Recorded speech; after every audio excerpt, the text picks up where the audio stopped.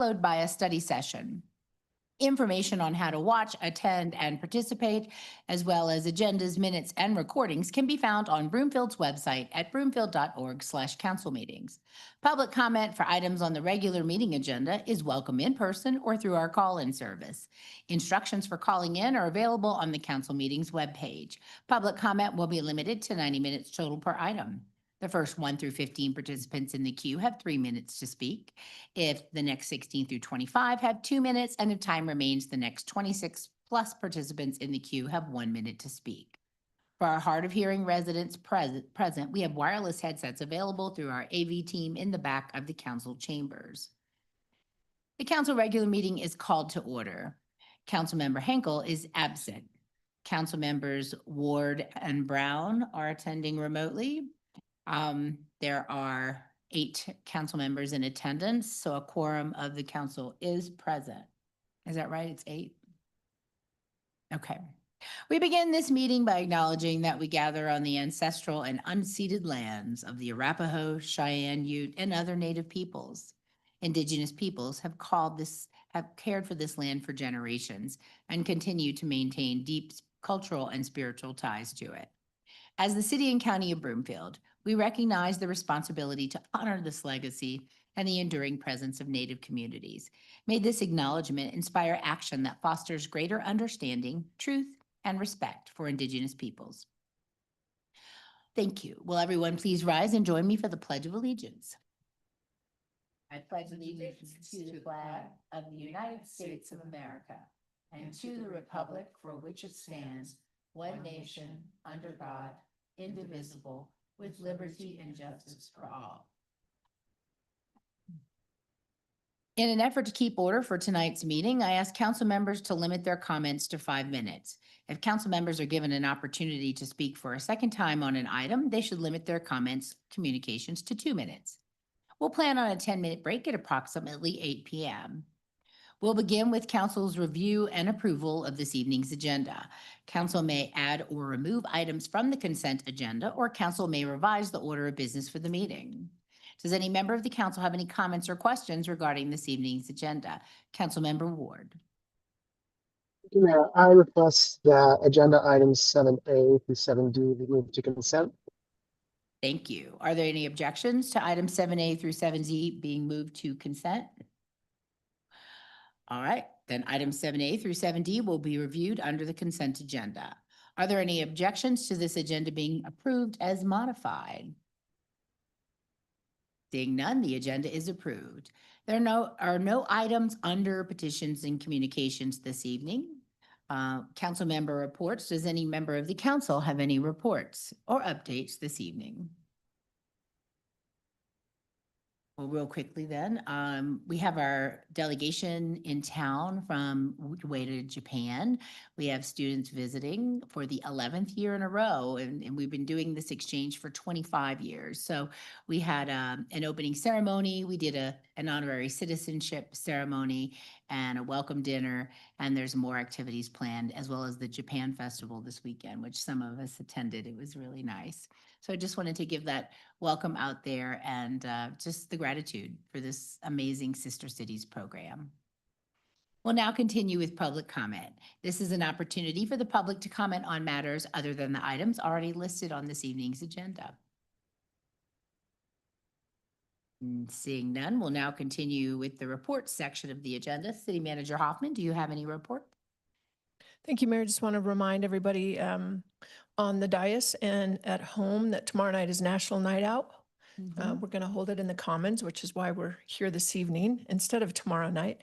It is from 4:30 to 7, and we'll have our Public Works crew there. We'll have PD there. We'll have our K-9s there. We'll have North Metro Fire there, and a bunch of food trucks. So we're hoping everyone's able to come and join us. Thank you. Thank you for that reminder. It's a great event, and they bring out all the big trucks. So it's a really good family event if your kiddos like to climb in the SWAT vehicles or the bucket trucks and stuff. So come on out and see us.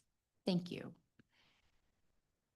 Earlier this evening, like a minute ago, Councilmember Ward requested that items 7A through 7D be moved to consent.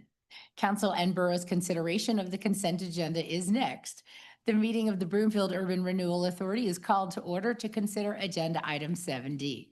I'll note that all members of the authority are present with the exception of Councilmember Henkel. Borough Member Ward is here. Borough Member Law Evans isn't. And Goldstein is attending remotely. Hi, Borough Member Goldstein. Thank you for joining us and for your flexibility. All right, the clerk will read all of the consent items by title, and there'll be one opportunity for public comments and council and borough questions and comments. Will the clerk please read agenda items 7A through 7D by title? 7A, proposed resolution number 2026-97-BOE, approving hearing officer recommendations on abatement petitions. 7B, proposed resolution number 2026-100-BOE, approving administrative denials and hearing officer recommendations on property tax protest petitions. 7C, request for council executive session regarding Broomfield Town Square. 7D, request for borough executive session regarding Broomfield Town Square. Thank you. We'll now proceed with public comments. If anybody would like to be heard on the consent agenda or all the items, please make your way to the podium. Seeing none. Does any member of council have comments of these agenda items or borough? We can do it at the same time on item 7D. Not seeing any questions. So is there a motion? Before asking for a motion, I want to remind everyone that items 7C and 7D are requests for an executive session, which requires 2/3 approval of council. Is there a motion by council that items 7A through 7C be approved? Mayor Pro Tem Lim.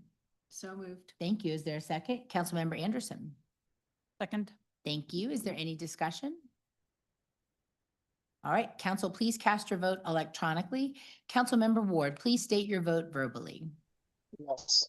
Thank you. Councilmember Brown, please state your vote verbally. Yes. Thank you. All council members have entered their vote and the results will be displayed on the screen. That passes unanimously 9-0. Next is borough's consideration of item 7D. Is there a motion by borough that item 7D be approved? Mayor Pro Tem Lim. So moved. Thank you. Is there a second? Councilmember Delgadillo. Second. Thank you. Is there any discussion? All right, borough members, as soon as it's ready, there you go. Please cast your vote electronically. Borough Member Ward, please state your vote verbally. Yes. Thank you. Borough Member Brown, please state your vote verbally.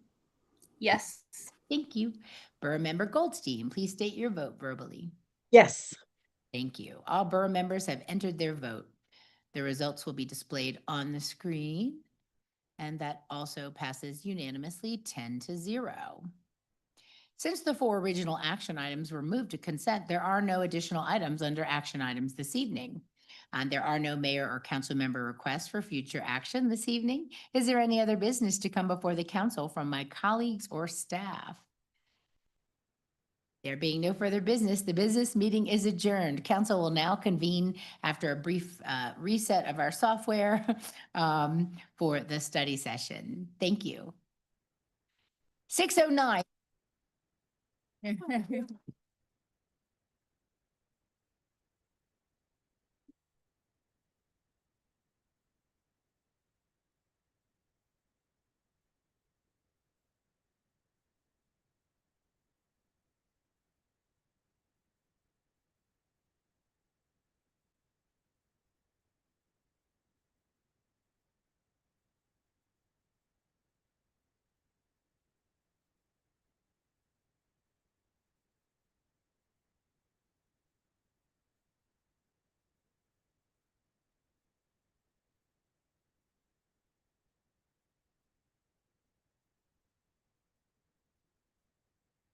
And we're back with our study session. Our study session agenda this evening includes 3 items. Since there are no concept reviews scheduled, there will be no public comment.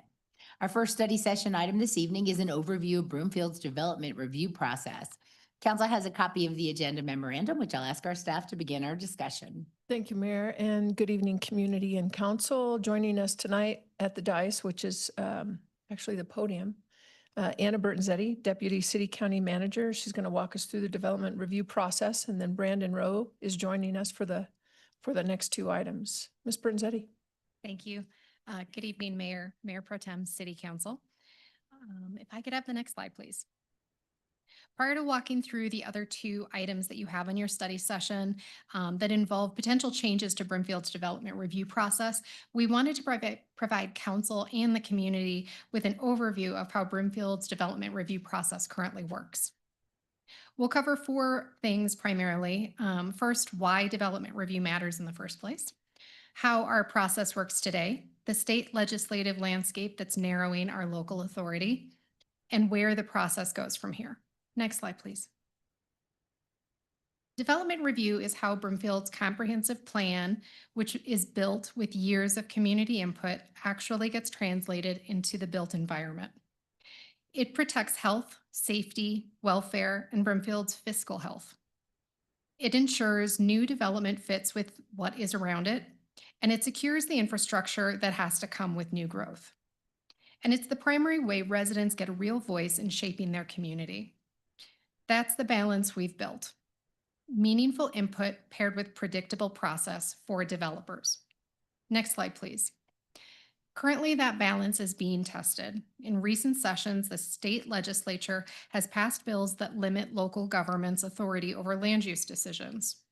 And in some cases, it removes public hearings altogether, largely in response to the statewide housing crisis. Next slide, please.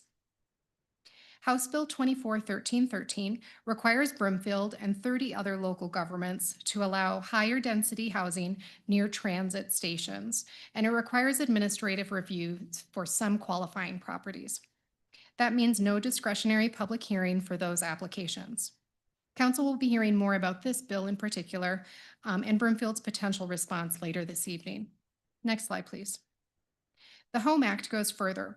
It streamlines approval for housing on nonprofit and publicly owned properties, even if the zoning would not allow housing to be developed there.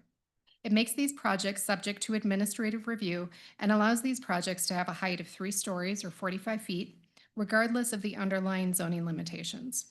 In other words, these projects that would qualify under this bill are not required to adhere to local long-range plans or review processes and don't require, and in this case, it doesn't even require the housing to be affordable.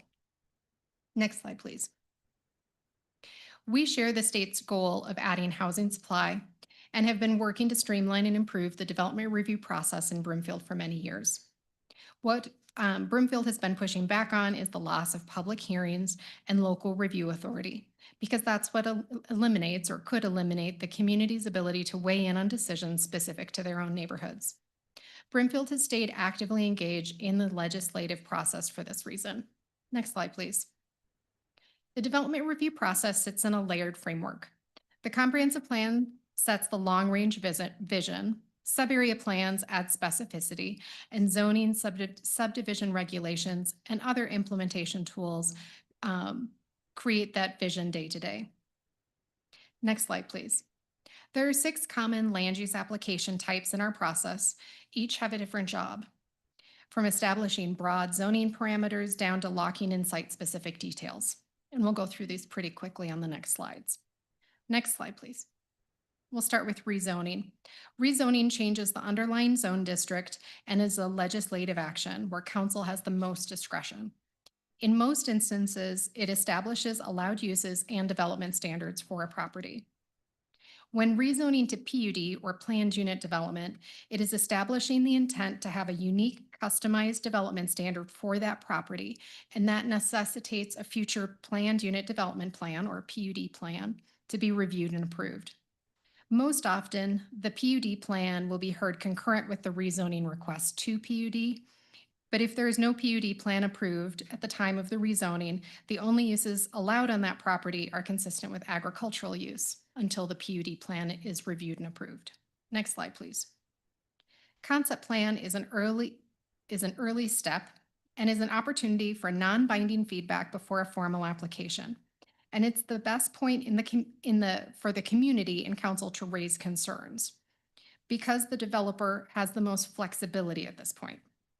Developers will not likely have details yet about their proposal, And so it's often best to focus on the larger issues, such as is the use consistent with the PUD or the zoning or the long-range plans? Is the overall design, such as the building height and placement, consistent with the vision for the area?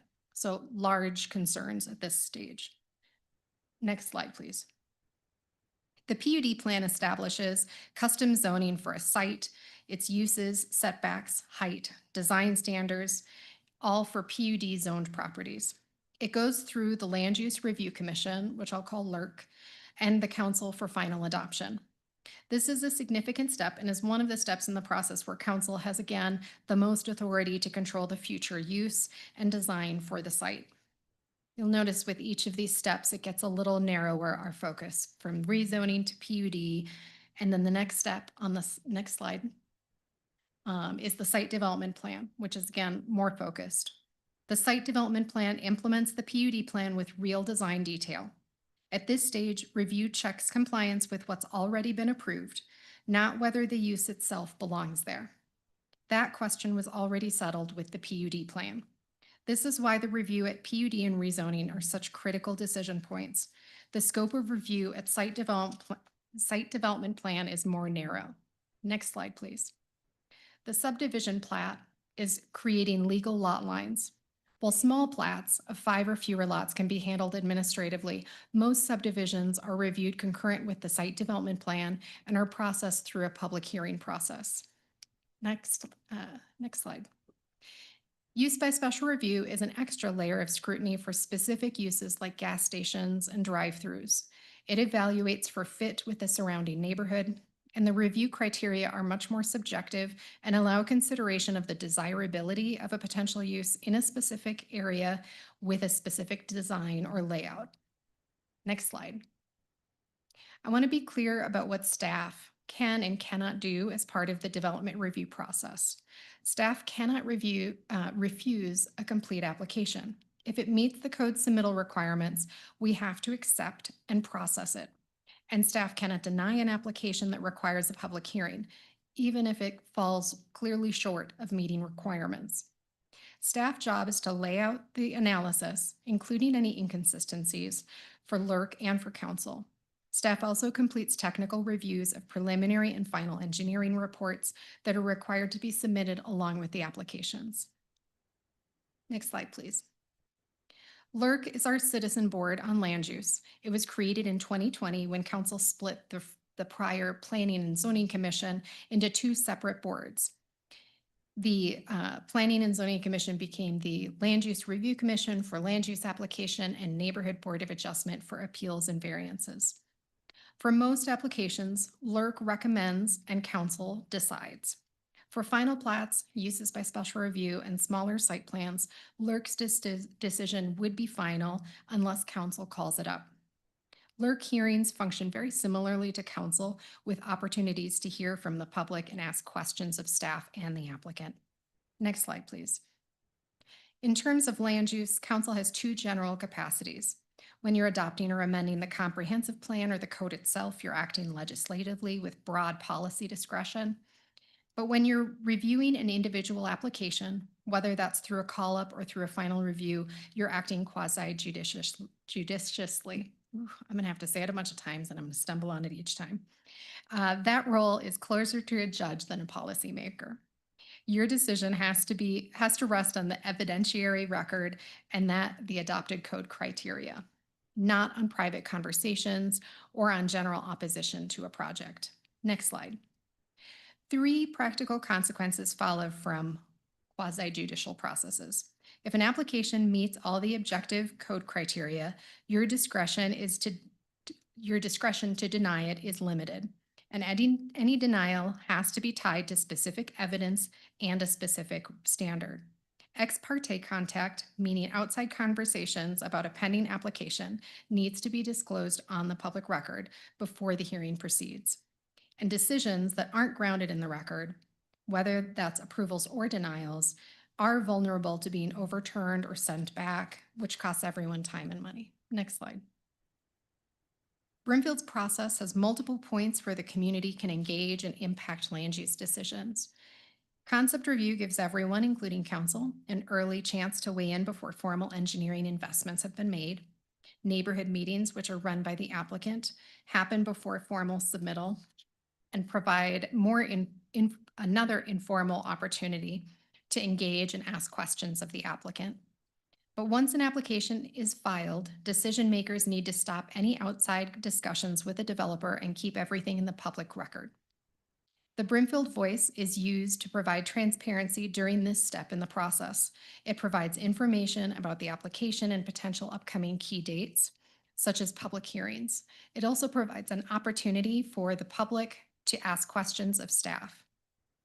As a way of gauging the use of Brimfield Voice, we pulled some data for this year, and in the first 6 months of 2026, 26,250 individual unique visits were brought to the Brimfield Voice development project pages, and 645 residents engaged with one of the tools on the platform. So that's either through asking a question or engaging with the platform in a similar way. Next slide, please. Notification. Brimfield takes multiple steps to engage with the public during land use considerations. We notify the public during the planning via the Planning Division website, the Brimfield Voice, as I mentioned, mailed notices to property owners within 1,000 feet, posted signs, and newspaper advertisements. We recognize that despite all of these efforts, individual residents may occasionally report that they didn't receive a mailed notice, did not see a posted sign, or were otherwise unaware of a pending application. We take it very seriously every time that brought to our attention, and we fully investigate to make sure that applicants did complete the required steps. Unfortunately, mail can be misdelivered or overlooked. Signs can be affected by weather or vandalism, and not everyone chooses to visit our website or engage with the Brimfield Voice platform. But Brimfield's practice of using multiple separate notification channels exceeds the notice requirements used by many other comparable communities and provides a broad range of methods for trying to ensure residents are aware of upcoming applications. Next slide, please. Since 2020, Brimfield has made some real improvements to our process. Some of those examples include splitting LURC out on it as its own board, adding the neighborhood meeting requirement, expanding the notification radius from 500 to 1,000 feet, and beginning the use of the Brimfield Voice website. Coming up, Council will be considering an update to administrative review criteria when changes or requests for recreation amenities. We'll be providing direction on expedited path forward for affordable housing. And in 2027, Council will also be considering whether to make changes to the municipal code to address the Home Act's administrative requirements, which I mentioned previously. Next slide, please. So we hope that this overview provides Council and the community an established baseline for how the current process works and its overall intent as we continue with the 2 other study sessions that are on your agenda for this evening. But I'm happy to answer any questions you may have regarding the current process. Thank you very much, Ms. Bertonzetti. We'll go to questions and feedback from council.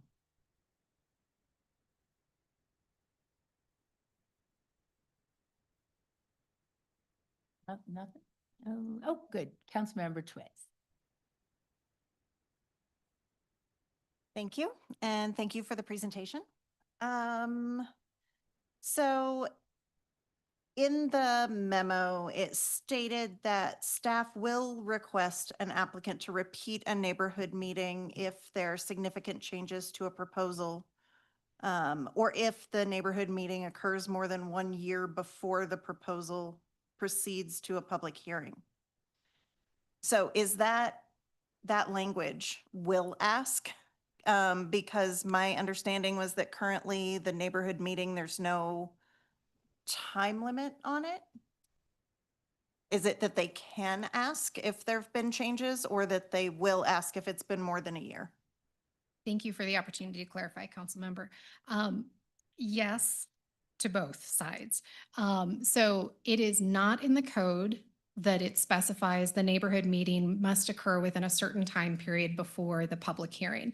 However, staff will ask Whether the applicant will hold the meeting is the concern. And for the most part, the applicants are willing to hold another neighborhood meeting. Sometimes we get a little bit of resistance to scheduling another meeting because they're trying to move their project forward, especially if they didn't have a lot of engagement at the first neighborhood meeting. They might be hesitant, but our staff can be very convincing, I think. But you're right. Currently in the code, it is not a requirement, but we do find that most of the applicants, even if they're hesitant, will eventually hold that extra meeting.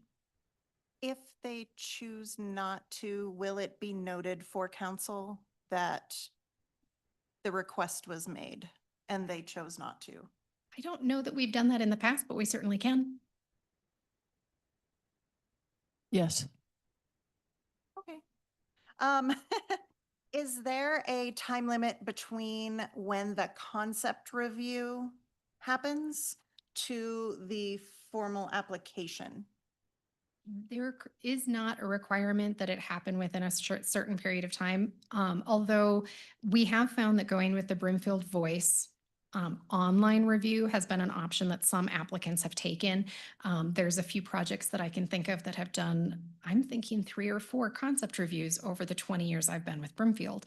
That same project, because it has come through but not proceeded, modifies a little bit, so we've asked them to redo it. So applicants do find the concept review is for their benefit more than anything.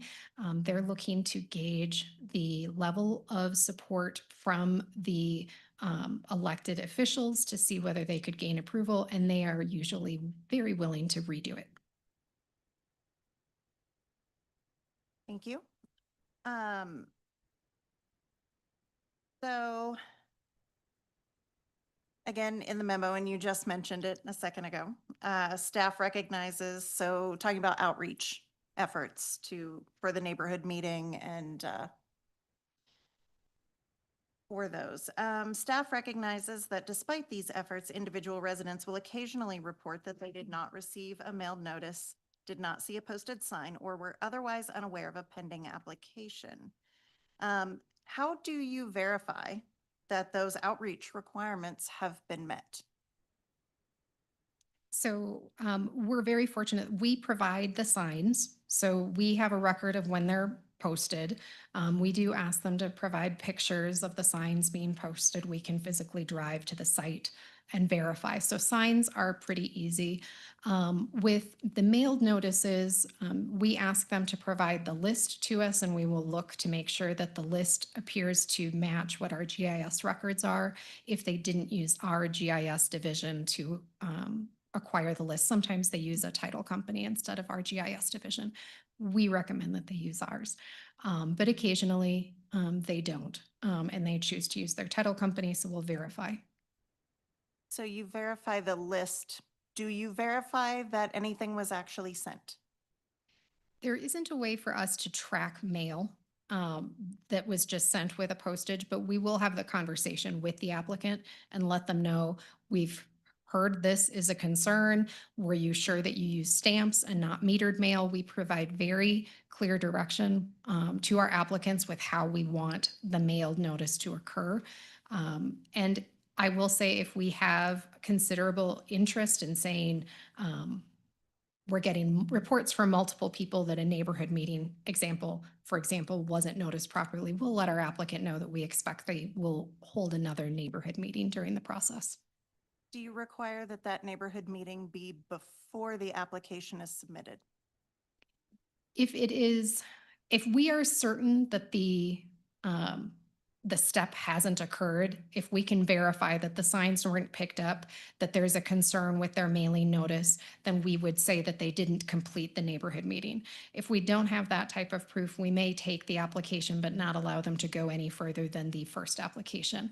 That also allows us to get a Broomfield Voice page up so that we can start communicating with the residents, because if they've heard that there's a project proceeding through the process but are not getting the information, our goal is to try and make sure that they're aware of the application and have the information. So that's how we have done that in the past. At what point do you put a project on the Broomfield Voice? It's usually up I'm gonna phone a friend, about a week. Well, it starts at concept review, but probably within a week of it being submitted. It's pretty quick for them to build the websites, primarily because it's built at the concept review. So when they resubmit a formal application, like a site development plan, a lot of that base data is already built into the system and we're providing updates. I think those are my questions for now. Thank you. All right, thank you. Councilmember Peterson. Thank you for the presentation. It seems like there's a lot of steps in the process for the whole timeline, and that generally it takes about 9 months. And the variables are really on how long it takes the applicant to get back to you along the process.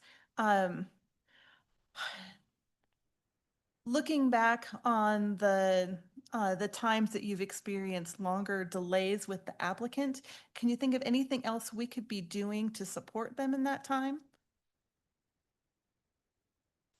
I think one of the things that council has done in the past that has been helpful is we now have the ability to say that an application has become stale if we don't get an application resubmitted within, I think it's a year, 6 months. We can let the applicant know that they have to contact us and let us know how they're proceeding, or we will consider it retired or on hold permanently. They have to restart the process.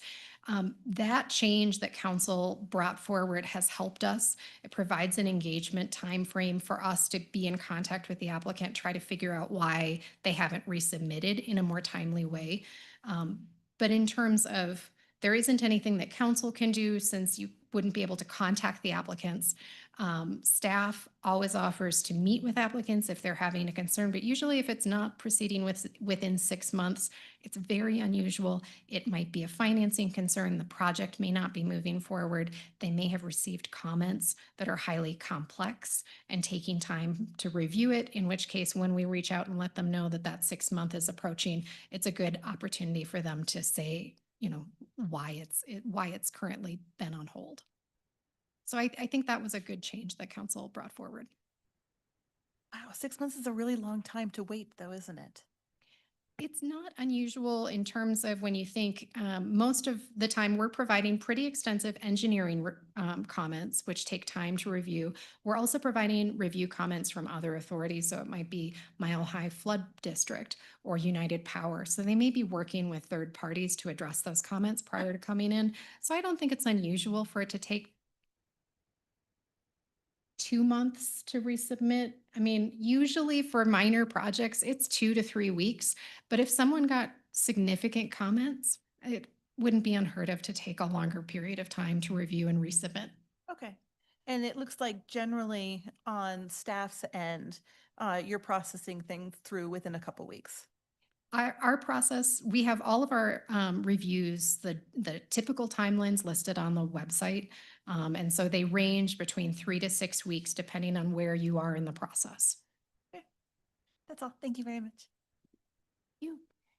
Any other comments, questions from my colleagues? Well, let's go back to the Home Act, since we're talking about public participation. Does the Home Act allow us to require a concept review for public input or feedback? Thank you, Mayor. So it does not appear to disallow prior steps. So steps prior to it becoming a formal application. So you could have a neighborhood meeting requirement that's required before the application. And I believe because our concept review is before a formal application, I think that could also be required. No decision is made at that time. But being that it is an administrative step, it would primarily be for information only for the community, because anything that is shared from the residents or from council would have to be tied back to one of the administrative review criteria that's adopted in the code if council were to have an administrative process for those applications. So a concept review would allow the public to come and speak, but it wouldn't matter. Their voice doesn't matter at that point because it has to be rubber stamped. Would have to be approved if it met the review criteria. So it changes the purpose of the concept review. And of course, council feedback would not be permitted it either. It would be permitted, but similar to the public, it would be for information only. So it completely takes away the public's voice in development that will impact their neighborhoods, as well as the elected body.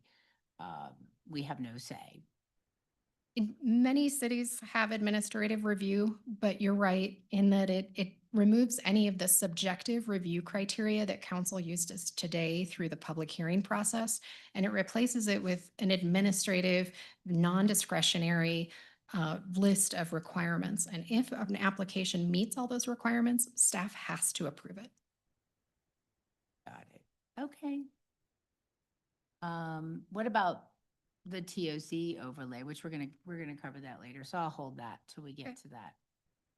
All right, anything else for the good on this item? Thank you for the update, Ms. Burton-Zetti. Our next item this evening is a request for council's direction regarding whether Broomfield will opt in to the next Proposition 123 cycle with DOLA and create an expedited review process for affordable housing proposals. Council has a copy of the agenda memorandum, and I'll ask our staff to begin the discussion. Thank you, Mayor, and moving right along. Mr. Rowe, the floor is yours. Thank you, Manager Hoffman. Good evening, Mayor, Mayor Pro Tem and City Council. Brandon Rowe, Planning Manager. Next slide, please. Excuse me. The study session this evening is regarding the second cycle of Proposition 123. I'll call it Prop 123, so it's a little less of a mouthful through the evening. But specifically, staff is asking council to provide direction on whether Broomfield should opt into the next cycle, running from 2027 through 2029. If the direction is to opt in, then there would be 2 actions required before the end of this calendar year. Prior to November 1st, 2026, council would need to adopt a resolution formally opting in and directing staff to file that commitment with the state. The second would be an ordinance establishing an expedited or fast track review process for eligible income aligned or affordable developments would need to be adopted prior to December 31st of this year. Next slide, please. So as a quick reminder, Prop 123 is a voter-approved ballot measure which dedicated existing income tax revenue to affordable housing development statewide. Participation is voluntary, but it does unlock eligibility for state funding. That includes for CCOB itself, as well as nonprofits and private developers within our community. That also includes BHA, so the Broomfield Housing Alliance. Funding is split. 40% going to a support fund with DOLA and 60% going to financing at OEDIT. So that's the Office of Economic Development and International Trade.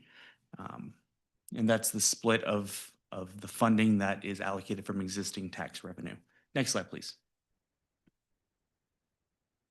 So before we dive into cycle 2, I want to take a few seconds to talk about the successes of cycle 1. So Broomfield did opt into cycle 1. That cycle ends December 31st of this year. Thus far, Broomfield has permitted 331 new eligible income aligned units against a minimum cycle 1 commitment of 166 units. This represents 199% performance over that target. So Broomfield has nearly doubled the minimum required obligation.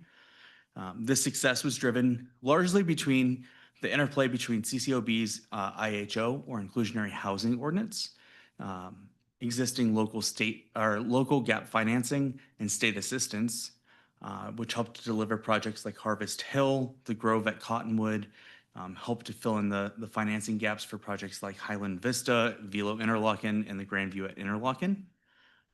Broomfield has successfully, on average, leveraged $9 to $10 of outside capital for every $1 of Broomfield investment during that time period as well. Next slide, please. Some key funding numbers from cycle 1.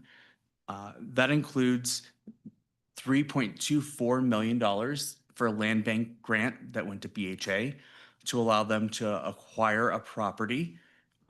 $2 million to the Harvest Hill gap financing for that project that was 100% affordable. And then $1.5 million in down payment assistance funding to the City and County of Broomfield's down payment assistance program. Next slide, please. So diving into cycle two, generally the program looks pretty similar. One of the biggest changes though is that there is a change in the obligation calculation methodology.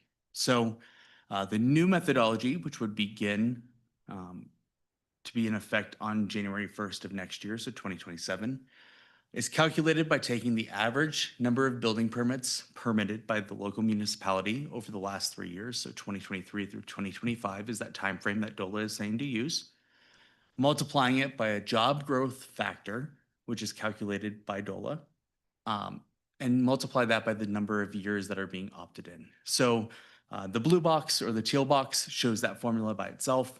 The orange box on the bottom right of this slide shows that same formula with Broomfield's numbers in the brackets and bolded. So the 3-year average building permits per year is 918 from 2023 to 2025 for Broomfield.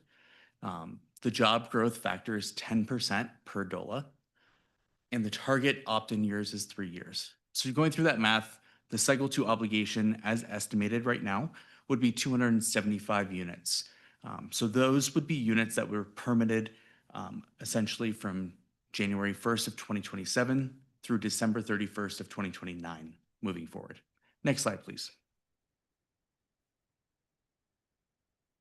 Again, there are 2 action steps if council wishes to opt in for cycle 2. That's the formal resolution giving the authority to submit that commitment to DOLA prior to November 1st, and then that fast track ordinance. Next slide, please. There are a few challenges facing Broomfield with the cycle 2 opt-in.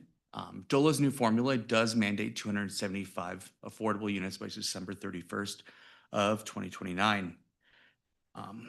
Part of the struggle is that there are less units in the pipeline with approved financing. So while City Council, I think the mayor the other day said it was the best night of her life when she saw 2 affordable projects come through on the same night, and they are in the pipeline, they don't have funding secured yet. So that's the biggest difference between cycle 1 and cycle 2. So cycle 1, a lot of the projects that we saw deliver permits over the last 3 years had either secured financing and had not pulled permits yet, or were very close to securing financing and did over the 3-year period.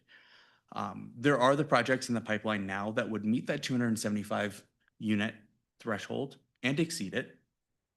However, they don't have the financing. So it's not within Broomfield's control or even the developer's control in a lot of cases at this time.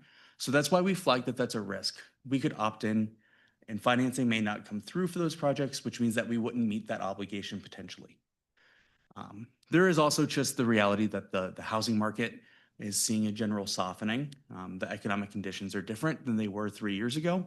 And that just, those are the risks that we see.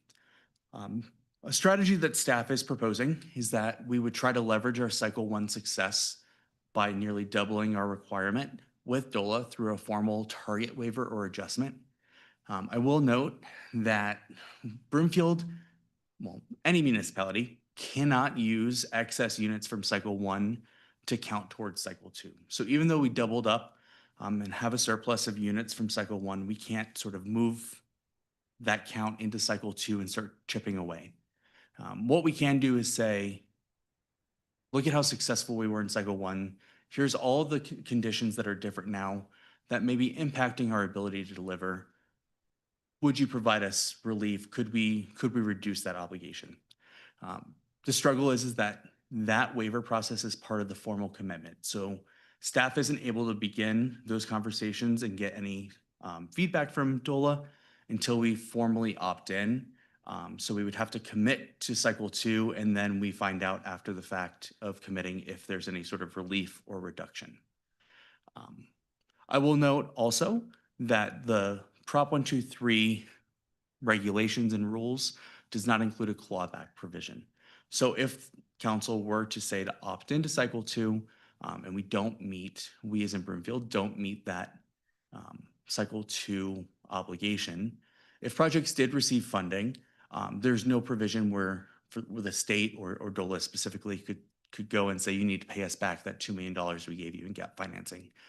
It would just mean that moving forward for cycle 3, For cycle 3, Broomfield may not be eligible to opt in at that point or are eligible for funding. Next slide, please. So the next couple slides will focus on that fast track process.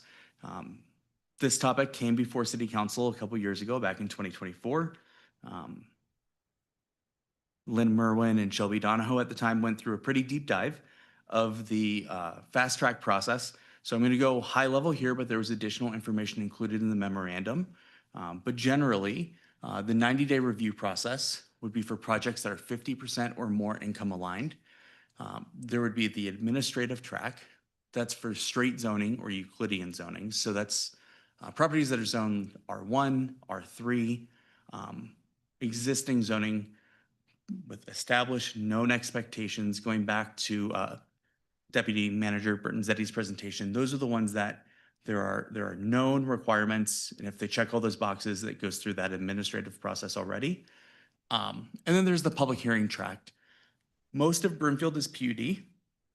Most of Broomfield also has other zoning districts or urban renewal areas or other things like that that require public hearings. So the public hearing track would continue to include that public hearing process. It does remove the Land Use Review Commission hearing solely because 90 days it's impossible for us to get 2 public hearings and a full couple rounds of review in. So next slide, please. I do want to point out, though, that going back to that prior presentation, prior to the formal application, we could require those neighborhood meetings and concept reviews. That provides meaningful community input. It gives the developer an opportunity to hear that feedback, especially for that 90-day public hearing process where City Council does make a final decision on that item still. There are some developer and CCOB safeguards available, so the fast track is fully optional. Developers can opt back into the standard timeline or a standard review process at any point during the process without refiling. So if they come in and they're really ambitious and think they can get through in the 90 days and they realize they have some bigger issues, they can slow it down and opt out and just keep following our standard process without having to withdraw their application or pay new fees or resubmit or anything of that nature. They're also able to ask for one 90-day extension to comply with the state law or address comments from an agency that has approval authority over the project. That they get one extension request as the developer. The third bullet here shows that Broomfield has the ability to ask for 1 or more 30-day extensions to work with them to address those comments through the process. So it's 90 days, but there is some flexibility in adding in a few extensions if we need to work through significant problems or issues. But during that initial presentation in 2024, it was discussed that the expectation is projects will come to council with conditions of approval to keep them moving through that expedited process. Next slide, please. This slide shows the proposed implementation timeline if Broomfield opts into cycle 2. So August 2026, we are here. That is us. And we are having that study session. If the direction is to opt in, that Broomfield voice page would start to be worked on immediately and would go live in the next week or two to start to outline the process and collect public feedback. We would be aiming a September or October date for the first reading of a proposed ordinance for that fast track process, with a second reading in October or November, and the hard deadline for adoption of December 31st. September, October, November, we did that intentionally to provide some flex space if we do need to push back to the early December meeting, if we see that there's feedback from the community we want to address or anything like that through the Broomfield voice page. Next slide, please. And this is the last slide, just sort of reminding what the specific discussion topic or direction we're seeking tonight. And that is if council desires to opt into the second cycle for Prop 123 and move forward with formalizing that fast track process. I appreciate the patience through a pretty complicated presentation, and that concludes my presentation. Thank you. Well, we'll go to council questions and feedback next.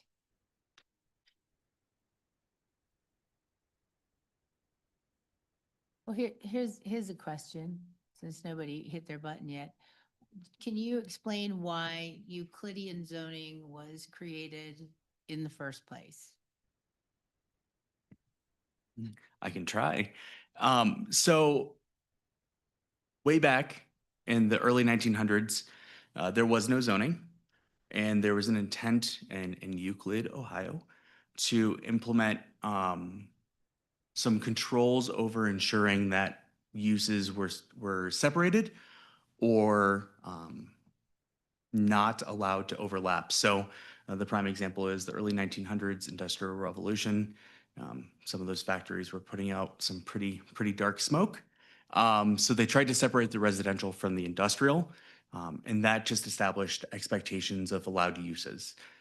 As we've sort of progressed from there, we've seen PUD or planned unit development start to develop as the key, most common development zoning, and that allows for customized zoning. I'm impressed. Good answer. All right, Councilmember Delgadillo. Thanks, Mayor, and thanks for vamping. Very helpful. Um, I just have a couple of questions. So, are there any conversations we have had informally or in any other setting where we have any hints as to whether a reduction in our obligation could be granted? Are there any other examples of just their willingness to do so? I'm looking back at Lisa or Sharon with housing, and I'm going to have her come up and sort of talk about their discussions because the housing division has been having those discussions directly.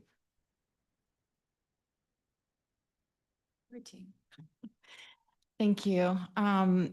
So yes, we are in conversations with them, and they know that Broomfield is no slouch at this game. And even though the numbers have doubled, I mean, we can show them through our permitting process, through how slow things have gotten, and everything else that we're doing in addition to meeting their numbers. So I don't want to say I'm overconfident, but I'm feeling confident about the waiver, that we're not penalized in any way and that we can move forward.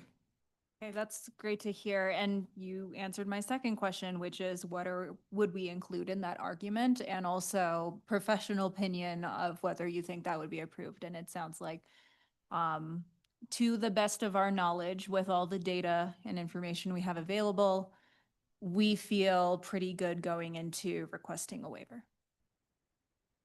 Cool. Yep. All right, awesome. That's great to hear, a good assessment. And then were we to not be granted a waiver and were to fall short, then things are in jeopardy for cycle 3. Would we be ineligible for cycle 3, or would that just be like a little demerit on our? So with the current rules, it would allow us the opportunity to ask for a waiver again for cycle 3 and say, hey, in cycle 2, we tried really hard. Funding was the issue. Had the project been funded, we would have made it. It wasn't that we weren't approving the units.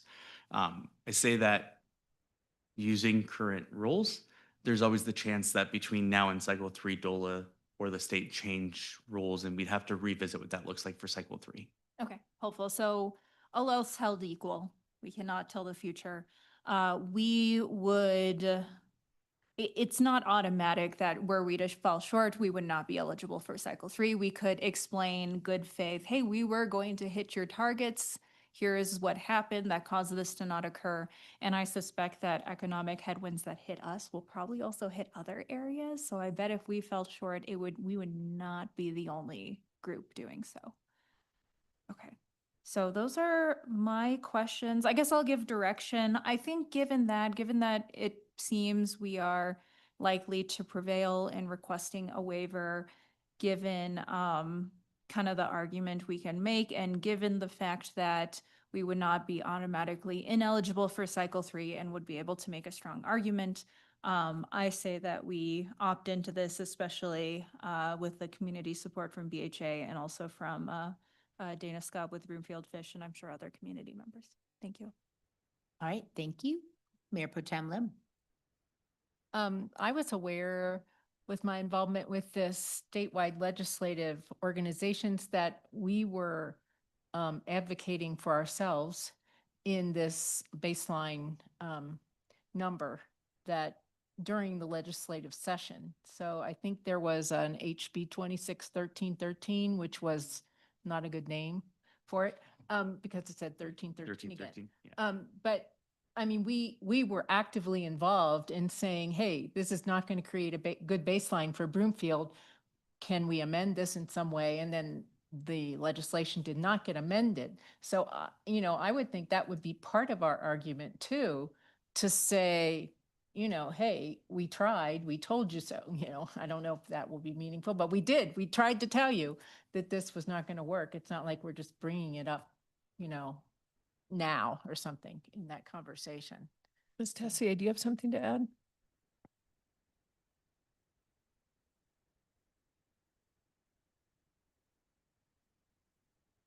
Thank you so much. Yes, I was part of those conversations with Danae, and that is the reason why the waiver was created. It wasn't part of the original idea, and due to our conversations and probably other municipalities' conversations, the waiver got included as part of the opt-in. So yeah, thank you for that. Thanks. This is just a curiosity question. The threshold for the expedited process is 50% AMI. Are there really any projects that go, affordable projects that go forward with 50% AMI? That seems like I mean, we certainly don't do it in Broomfield. It's more or less all or nothing. And I'm wondering if, are there other developments in other places that would do that? It doesn't seem viable to me.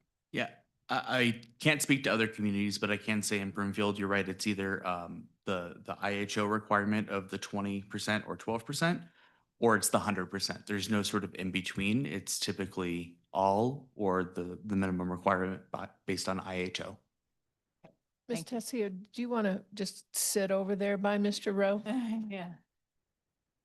Because thinking you're going to be popping back up here any moment. Thank you. Okay. Those are my questions. And yes, I agree with the direction. Opt-in, all right. Thank you. Councilmember Anderson. Thank you. I just have one question, and just to like absolutely confirm this. So one of the things we're agreeing to is expediting the timeline, but we're by no means waiving our right to deny the project if it doesn't meet certain requirements. Like if it was something we would not normally approve, we could still deny it, even with the expedited timeframe. That is correct. It still needs to meet all the requirements. Okay, thank you. That is helpful. And with that, and I appreciate the other questions, I support the direction with the request for the waiver. That was really good and helpful. And the fact that the penalty would just impact the potential future participation in phase 3, I would support the staff's direction. So thank you. Thank you. All right, thank you. Councilmember Peterson. Thank you. So the fast track path is going to remove LERC out of the process altogether. Will there be any safeguards put in place that make up for that lost layer before things come to us? Thank you, Councilmember. So with the 90-day time period, it's pretty tight. So it's giving us the time to complete 2 rounds of review of the project to try to work through as many comments as we can before getting to a public hearing. So we wanted to make sure that we preserve that public input in that public hearing. And the only sort of strategy to do that was to keep council as the decision maker, which was one of the decisions that council supported back in 2024 with the original direction. Well, I think overall, given the success that BHA has had in the past with leveraging funds and the fact that there's no clawback requirement if we don't meet the goal, then the potential for more state funding seems worth it to me and worth opting in.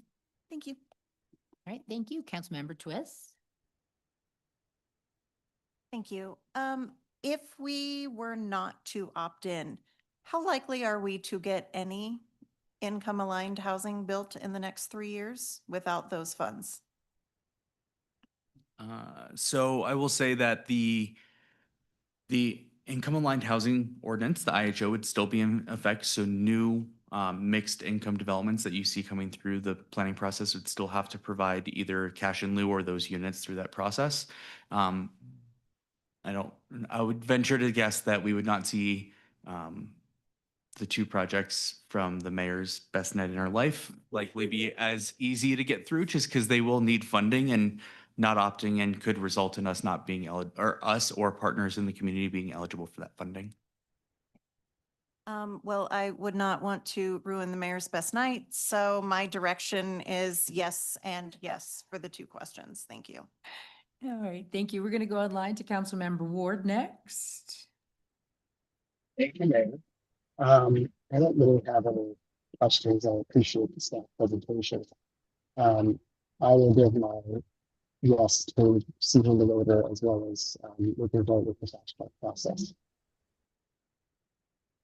It's kind of hard to hear you. I don't know why. Did y'all get that? No. Something about the expedited process is all I got out of that. So Can you come back and try again, Councilmember Ward? I imagine you're giving us direction to move forward, right? Do a thumbs up on your Zoom screen. Yes, I am given direction to move forward. Sorry. All right, no worries. Thank you. I know you're working. You're doing everything. All right. Any other, does that conclude your comments? Yes, it does. Okay. Any other colleagues have any objections to moving forward with the round 2? I don't see any objections. I did want to make note of one thing. So last session, House Bill 1360 did redirect about 130 million from the Prop 123 fund, which is about a 40% cut. However, they've kind of staggered it over 3 years. So this year they're only going to see a 50 million for the 3 consecutive years. So the remaining funding is still 245 million. And here's the good news. The remaining balance of the diversion will pull 40 million from the programs fund. Oh, no. Here's what I wanted to tell y'all. So the Office of Economic Development and International Trade and CHAFA are explicitly using the remaining funds to maximize federal dollars, prioritizing gap financing for low-income tax credit projects like the 2 that made my year. So to me, it feels like the cart before the horse. Like, for order for us to produce these amazingly affordable units, we need that LIHTC funding that hopefully Prop 123 will provide, if that's their new priority. So it just feels like, funding is the biggest barrier. We know that. And so in order to get the funding, you need to produce it, but really you need the funding in order to produce it. That's all. And I know I made that really convoluted. That's all I have to say, and I support the direction to opt in. Thank you. All right. Our final item this evening is a request for direction regarding compliance with the Transit-Oriented Communities HB 241313 requirements related to increasing density and creating administrative review processes for qualifying properties near transit. Council has a copy of the agenda memorandum, which I'll ask our staff to summarize. Mr. Rowe, the floor continues to be yours. Thank you, Manager Hoffman. Again, Brandon Rowe, Planning Manager. Next slide, please. So the final study session for you this evening is regarding House Bill 241313. Mayor Pro Tem Lim pointed out that we have a couple 1313, so I want to clarify that this is from 2024. And this was also known as a Transit-Oriented Communities Bill. Staff is seeking council's direction to either reaffirm or not its prior direction regarding meeting House Bill 241313 through partial compliance. We'll also review a preliminary outline, realizing that potential partial compliance this evening with a new overlay district, and discuss a possible opportunity for eliminating the existing interchange influence area. I do want to note that while we refer to it as partial compliance in the memo and during the presentation, The exclusion of the administrative review process for eligible parcels does mean that the Department of Local Affairs, or DOLA, would determine Broomfield to be a non-compliant community with the legislation. They don't have full compliance or partial compliance. You're either compliant or you're not. Next slide, please.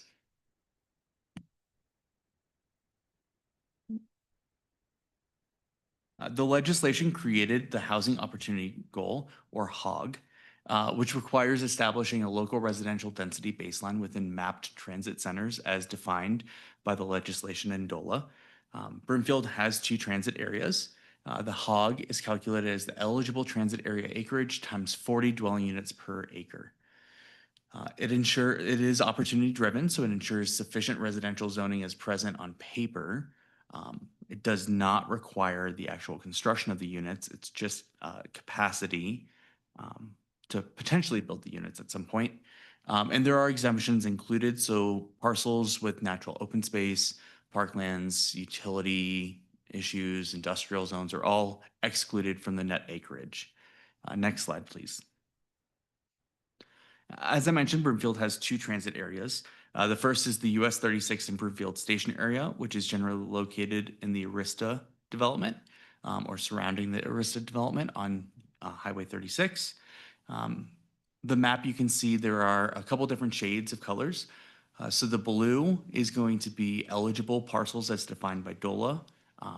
The orange is going to be exempt or fully exempt parcels. So those are parcels that aren't developable based on utility conflicts, they're open space, they are industrial, something of that nature.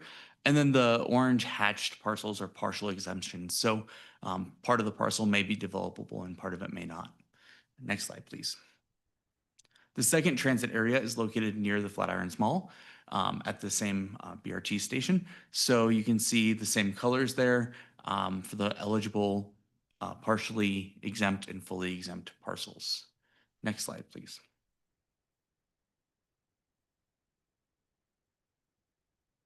So House Bill 241313 requires communities to establish zoning capacity near the transit. Again, it's not a mandate to build or actively approve that housing, it's just to build the capacity. And Broomfield retains full authority to not approve development if local infrastructure lacks the capacity to support it. In other words, Broomfield isn't forced to proactively upgrade infrastructure to accommodate units in order to approve them. Next slide, please. So back in April of 2025, there was an initial study session held with City Council. There we had a first sort of stab at what our numbers would look like. And we estimated an initial 16,615 units as our zoning capacity estimated.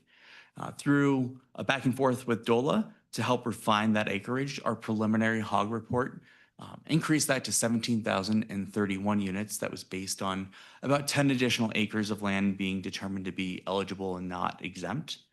And then we did get feedback from our preliminary HOG report that shows that there are a couple parcels that we still need to work through to determine full eligibility. So the actual final HOG report, if Broomfield were to move forward with this, would be a little different than the 17,000, but we don't anticipate it to be substantially different. Next slide, please.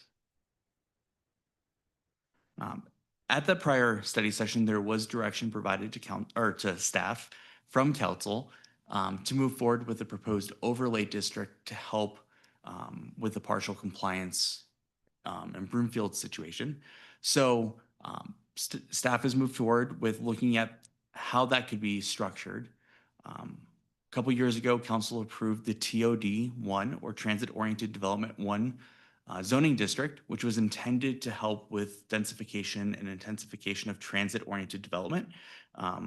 Again, another example of Broomfield sort of being ahead of the curve and adopting some zoning regulations. And staff recognized the value of that. So the transit overlay district is modeled after that TOD1 district in order to help achieve the established goals that council had identified and approved previously. So that includes a density of 25 dwelling units per acre to match that TOD1 framework. Setbacks and massing, the intent is to provide Denser development, activate the street, make it more pedestrian oriented so folks are walking on active streets versus a sea of parking in front of the building. We would use the same design requirements to have the parking behind the buildings or shielded off the street. There's a height provision that would mirror the TOD1, which is 85 feet, with a technical step down provision added to provide protection. So if it's next to an established single family residential district, there would be a requirement for the building to be a lower height closer to that, and then it could step up to a taller height to provide some transition. Open space, we would mirror the TOD1 as well to eliminate the on-site private open area while still protecting the public land dedication. So there would still be public land dedication requirements in on-site green space, just not the full roughly 50% that we see for most developments. And again, the design guidelines would use the same framework as the TOD1 to activate streets, preserve the public realm, incorporate design requirements. Part of it includes having usable balcony space, so they're not just little, like one person can step out and stand there and do a quick circle and go back in. They'd have to be a certain size to be usable. And that's all modeled after that TOD1. Next slide, please. We all love math. And I think that one of the things that we wanted to show was that even if there is 500 acres, all 500 acres of land can't actually be developed. Some of it has to be used for parking, some of it has to be used for drives, some of it has to be used for open space, some of it has to be used for detention. So we're assuming approximately 75% of the site is developed, and that is still a higher end development proposal. But for this math, that second column, we're assuming that that is the acreage for 75% of the transit areas.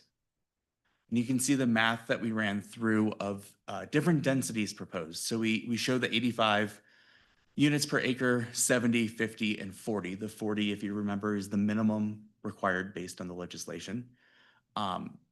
And somewhere between 50 to 70 units would get us right on the dot. But recognizing that every parcel wouldn't develop at 75%, staff incorporated that 85 dwelling units per acre to mirror the TOD1 for consistency and also to provide that flexibility to ensure that the HOG was met and that we had the zoning capacity without any concerns or questions if the direction is to move forward as we work with DOLA. Next slide, please.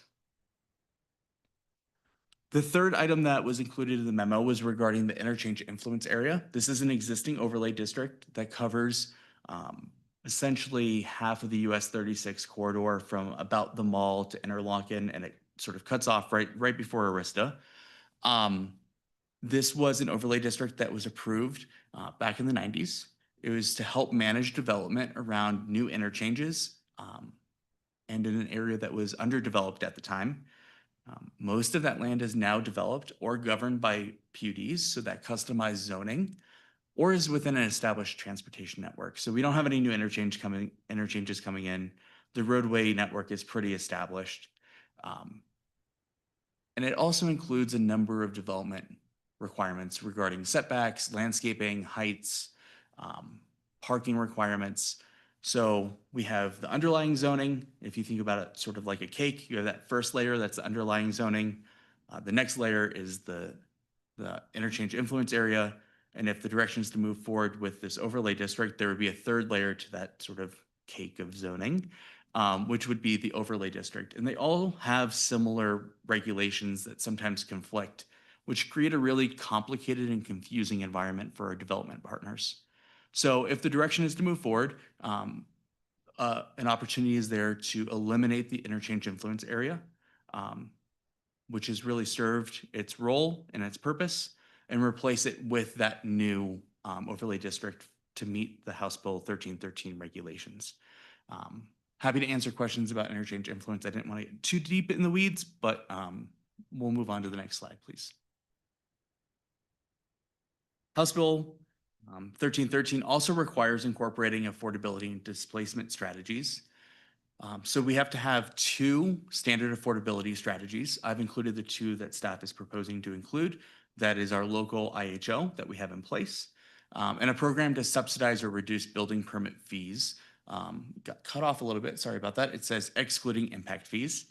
Broomfield doesn't really have impact fees, but we do have a resolution that council approved many years ago that provides reduced permit fees for affordable or income-aligned housing. So we sort of check both those boxes.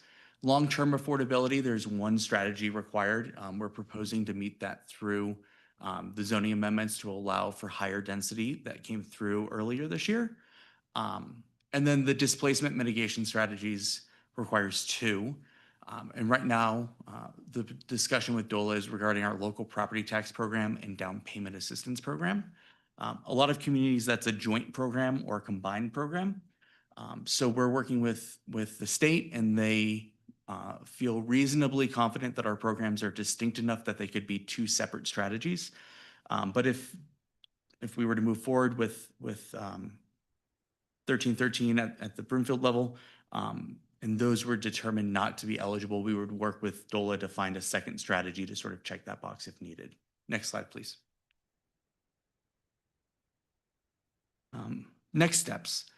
So there is a deadline for the House Bill 241313 compliance of the end of this year. Staff recognizes that, and in conjunction with Prop 123, realize that if the direction tonight is to reaffirm the House Bill 241313 direction, it would carry over beyond the end of the year. So we would be potentially a non-compliant community at the end of the year. And then if the direction is to move forward with compliance, we would work with DOLA to get that resolved into next year and then come into compliance if applicable. But you can see we would start the Broomfield Voice page again after this study session. This is a bigger impact to the community, so we want to be strategic in our coordination with existing property owners and residents. So we would propose 2 community meetings, one for each of the transit areas, and invite everybody within the transit area. And then also offer some one-on-one meetings with property owners as needed. It's a complicated legislation, complicated rules, so we want to make sure that we answer any questions that may be out there.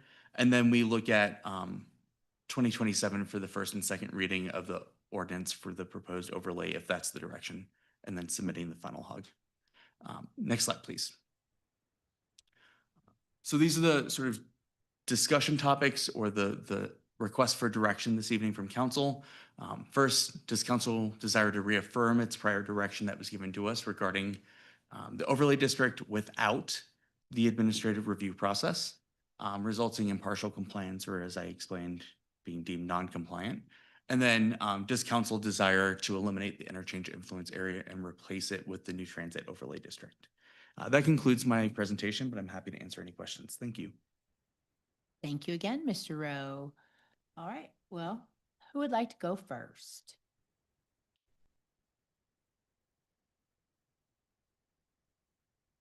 Councilmember Anderson. Thank you. I have a question regarding the infrastructure capacity.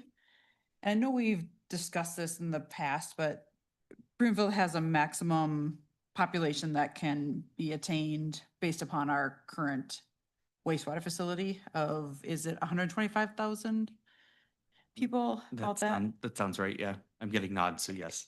And is that so when they're talking infrastructure capacity, is that just like local ability to meet like those infrastructure needs, or can that be part of the bigger picture that we also anticipate growth in other areas and we have a firm limit? Yeah, so the legislation is ambiguous, is the word I would use, but staff's understanding is that it is not just within that small area. So if wastewater has a threshold, we have to take into consideration development throughout the entire community. We can't just hyper-focus on this area. Does that answer your question? No, yeah, that is helpful. And I want to listen to my colleagues have to say. I'm not, I'll make a second round, but I appreciate that answer. Thank you so much. All right, Mayor Pro Tem Lim. Well, in April 25, I was here, some of the other council members weren't, and I know I am quite sure that I wanted to not enforce the administrative review, and I'll stand there again. What I'm having second thoughts about is the whole idea that some of these commercial parcels could become high-density residential.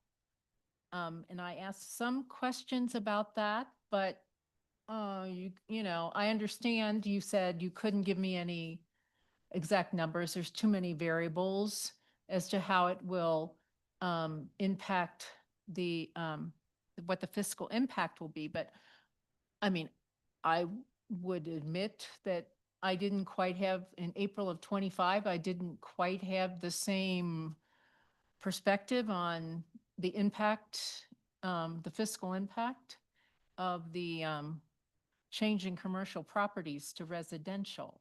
So can you fill in any of those blanks a little more? Because if, as soon as you put that, as soon as you put this overlay on top of any of these areas, then any of these commercial properties can be zoned high-density residential. Is that correct?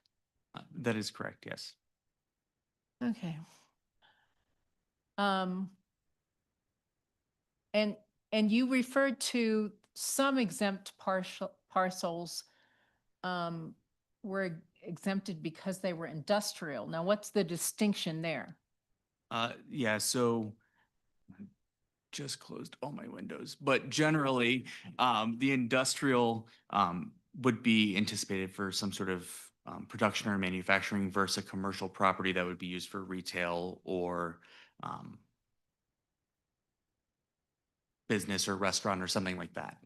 Industrial land, if you think specifically in these area context along industrial lane, a lot of that is either industrial in the comprehensive plan or zoned industrial. So they would be specifically exempt and identified exempt by DOLA. DOLA is the one who identifies the exemptions, not the local jurisdiction. Okay. I mean, it doesn't even seem, I guess it's hard to anticipate what the commercial properties would do if they would take advantage of this change, automatic change to be high density residential. I'm trying to imagine this whole area and how it would possibly change. Because to a certain degree in my mind, why do you want a whole area of high density residential without any commercial or retail? I mean, market wise, you would think you would put something there, but yet we don't know what the market will decide. So we could end up with all these commercial, 10 to 20% of these properties that you identified as commercial deciding to become high density residential. That's correct, Mayor Pro Tem. I'm going to have Mr. Romine come down and fill in some of the gaps, and this council is much more versed with the conversation about trade-offs. Yes. Thus your question. So filling in the gaps, we know that residential costs more than commercial. The reason that there's a delta that's covered is because of commercial. It's just, it's as simple as that. It's not whether you like residential or you like commercial. It's just, it's a numbers game. It's just the math. And residential is generally easier to develop. So when we say market, that's why residential historically has always come first before the commercial. So estimating or doing any kind of actuarial on the degree to which a developer that had sight towards doing something commercial transitioning to residential because it's an easier path, it's market driven, it's difficult for us to, it would be difficult for us to make that distinction, particularly because the last year and a half, we've seen the reverse, where residential is becoming more difficult to develop and get approved. and folks are. Flatirons is a perfect example of that. Village at Westlake is a good example of that, where the commercial is coming in first. So again, market driven, as much as we don't like that term because it's such a question mark for us financially, the premise will remain true, which is residential costs the municipality more than developing commercial. Mr. Roman, do you have anything to add to that? Yeah, thank you, Manager Hoffman, Mayor Pro Tem, and council members. So I think two things are in my mind when I think through all of this. And the first is, yes, the obvious changes and what that might look like. If for those who've been in Broomfield for a number of years, you remember there was a large retail area, oftentimes referred to as big box, at something called Flatirons Marketplace. That has now been primarily almost completely eradicated and demolished. There's still one that's pretty vacant, but most of the areas have been switched, and they're switching into high density residential. And one of those buildings has been built. They are bringing in hundreds of units with maybe 5,000 square feet of commercial. So a coffee shop, perhaps an insurance agent, something like that. So it's a very dynamic change to that environment. The part of it that I just wanted to bring to your attention is that occurs, and Brandon, Mr. Rowe talked about it briefly, and that is the infrastructure issues. And so, especially when we're talking about a redevelopment area, which many of these are either redevelopment or were planned years ago to be something, the infrastructure was brought in at a particular scale and size and type. And this is something that we staff have been talking about now for a couple of years, and that is the ability for sewer and water to be redone, effectively torn back out and resized. And that is one of the issues that's even occurring in the Flatirons redevelopment that we're part of. So that's going on. Manager Hoffman pointed out already the differences in the fiscal impacts. Where the market ends up, we don't know. And so this, you know, 20 years ago, what might have been developed is different than what would have been developed 40 years ago, which will be different than today or 20 years from now. And so part of the flexibility of zoning and the PUD approach has been that we could respond to marketplaces to fit with the council and the community's goals. This begins to change that a little bit away from the community's goals into something different. And I really can't go beyond that, but that's really, I think, a little bit of what some of the concerns are that you're hearing from Manager Hoffman, from Brandon and others in the planning staff is how we've been trying to respond to what the community's been interested and council has directed, and this begins to adjust that differently. And at a scale that's in some cases much different than what had been anticipated there years ago. So. Yeah.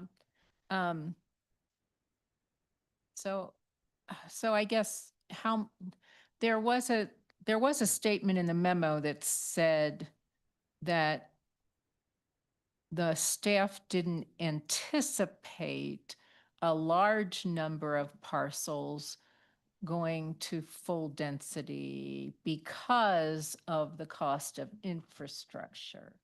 So, okay, so we're not going to 85 units a square foot or whatever it is. But then we could still end up with every commercial parcel deciding to do 40 units per square foot or something like that. That's all within the realm of possibility. That's correct. So the proposed density, the maximum density is the 85 units per acre. Thank you. But you're welcome. But it could, one could be 35, one could be 50, one could be 60. It doesn't mean that every unit would have to be 85, but it gives that opportunity for that to occur. And then going back to the discussion, it does mean that still those commercial properties could be developed for residential purposes at various densities. Okay, so now that I'm rethinking everything that I maybe thought in April of 25, except for I did want to not have administrator review. What does staff see as a benefit of being partially compliant if we're marked by the state as non-compliant. I would say that moving forward with the direction previously was to provide the zoning capacity. But there are other approaches that council could take, and that includes PUD amendments or parcel by parcel rezonings if a private property owner wanted to densify, that could be taken up versus the overlay district as you're sort of alluding to. Okay, then that's my direction. Don't go forward with following any of the requirements of 1313, and we will consider densification in other ways. Thank you. Thank you. And just to kind of piggyback on what Mayor Pro Tem said there, we wouldn't be alone. There are 14 cities that are not able to comply. Arvada, Aurora, Glendale, Lafayette, Greenwood Village, Westminster, Castle Pines, Centennial, Cherry Hills Village, Lone Tree, Thornton, Firestone, and Parma Lake and Parker. So it's not easy to make this happen, is my point. And if we did individual hearings for each parcel that were being forced to rezone, how many extra hearings would we be looking at, Mr. Rowe? If every property wanted to rezone of the 650, we're looking at a lot of public hearings. A lot of public hearings, but I echo your concern, Mayor Pro Tem. Councilmember Delgadillo. Thank you, Mayor. So this one, idea, comment, question, very nebulous, and I'm just gonna throw it in your direction. Have we considered speaking with our representatives and requesting recognition of partial compliance for this initiative? Like, is there anything we can do where, okay, here are all the provisions, and for each of them, it's a yes, no, and so there is some incentive to comply? I don't know about legislative representatives, but I know that we've been speaking to DOLA and sort of throwing that wet spaghetti of our proposal, and the response has been partial compliance is not compliance. So we haven't really gotten that sort of back and forth of a way to thread the needle proverbially. It's really been you have to do it to be compliant, but that gives council the opportunity to make a decision. So. I'm gonna add just a little bit. Yes, there have been conversations. And I think there will be more robust conversations as we move forward. 1313 being in its infancy stages. So when you find more and more communities that are trying to be compliant, but not yet compliant to various ranges. Some may be way out of compliance, some may be halfway. So I think it's going to be a conversation that the legislature is going to direct DOLA to have some type of mechanism, even though it's messier. So when we met with DOLA, their conversation was, the reason it was all or nothing was less of a policy issue, and it was more of a structure issue, that they couldn't accommodate the numerous communities that were coming in saying, well, we can be 25% compliant, we can be 50, we can be 90. So their first bite at that apple was, you're either compliant or you're not. So again, I think just by the fact that communities are moving in that direction, there's going to have to be some type of recognition on where you are within that range. Okay, that's really helpful to know. Yeah, I do hope, and I realize this is not a time to direct staff on this specific item, but I do hope we could have those conversations, because I think Prop 123, that was a really telling example where there's an exception process, and it seems reasonable, especially since there are lots of communities who cannot be in compliance. So, so I guess given that purpose, I'll just kind of cut to the chase a little bit and say, I do still think there is some value in that partial compliance where we move forward with what we can and then we preserve our public hearing as well. So I do think that, and then I just had one more question as well that was brought up. Slide 9 on the presentation was very intriguing. And it was very telling on how I was thinking to myself, oh, what happens? Not if, probably when we don't hit hog compliance with the number of units, like we are not, we're not a big city. We're not Denver. And I don't mean that even necessarily in a, we're a Broomfield kind of way, though. We love that spirit. That's lovely. There is nothing to do in this area. So what would the market draw be to having that number of units? So I'm trying to parse through what happens when we fall short per that slide. Yeah, so I think this is a good reminder as we've had some deeper discussions that this is just capacity. There's no requirement for all of the units to be built. It's just building the capacity for possible development and densification. Okay, that's super helpful. So yeah, so then we could just hit the, hit that zoning, but not the market wouldn't demand it. So, okay. Okay, that's helpful. Thank you for that reminder. That was one that I did kind of lapse on, so I appreciate that. So I'm gonna say yes, partial compliance. Let's do what we can and let's try to talk to our state senator, our state rep, people we know, and see if there's anything we can do. That's my request, but that would have to be a formal thing. And then, repeal and replace the IIA. That did make a lot of sense. And that was the second question. Okay, thank you, Mayor. All right, thank you, Councilmember Cohen. Thank you, Mayor. Can you maybe remind me what the real impacts are of compliance versus non-compliance, since it doesn't matter if you're in partial or full? What impacts are we potentially facing? Yeah, so the biggest thing is non-compliance would mean ineligibility for the TOCI grants, which is infrastructure grant funding, which the memo, just to put on the record, did note that we did not anticipate applying for. So there's no grant funding that we're like pending compliance. We wouldn't apply for because we didn't have any projects that qualified for the types of projects they were looking for. We met with DOLA to discuss it, but there was nothing that sort of fit the niche of those grant programs. so you're saying there's really no cost to not being in technical compliance.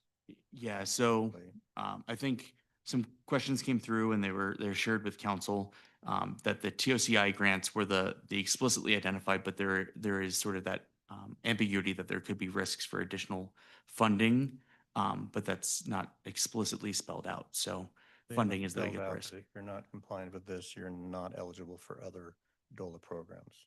They have not explicitly spelled that out, correct? However, considering the primary, we can expect the new legislature to be even less friendly to non-compliant cities, the way the results turned out. So I don't know if there's any sense the next legislature will come back and say, well, we really meant it. If I may, Please do. there's one gubernatorial candidate that wants to do a reset with DOLA. Because DOLA was never meant to be a regulatory agency. It was supposed to be advisory. And in the last 3 sessions, this governor and assembly have been ramming through dozens of pieces of legislation that DOLA has to figure out how to enforce compliance, which they're not even able to do. They can barely do the advisory stuff and be on top of applications and provide rental assistance. So there's going to be, and I'm going to speak out of turn here, a reset of DOLA, and a new governor, which may not impact this, but. That was the second half of my question is Oh, because, sorry. well, no, we anticipated that there'll be a new DOLA director come January, and I don't know if we have any inkling yet that the Attorney General Weiser has said he's more bottom up, but we don't know exactly what that means policy-wise and whether it might cause a conflict between the legislature and the new governor, I suspect, but on how this is spelled out, that's what I was trying to get at in terms of does it matter at this point? Do we have to make a decision now?